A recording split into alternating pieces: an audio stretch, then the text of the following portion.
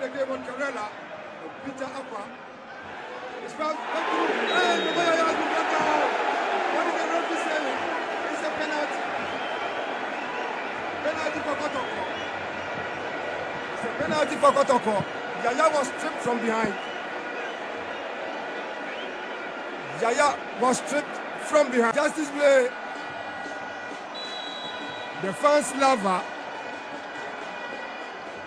Ready to do justice to the ball. Justice Blay. 1, 2, 3. Blay. The goalkeeper sends it. But the ball enters the net. The goalkeeper managed to get his hand onto the ball. But the power behind it. The power behind it.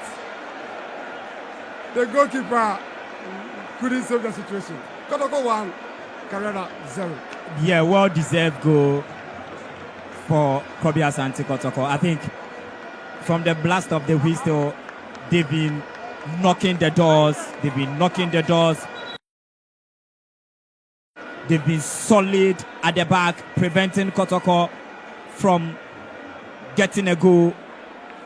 But just after 60 minutes, that penalty incident for Kotoko, Justice Blay, the man, the captain, the fans' favorite,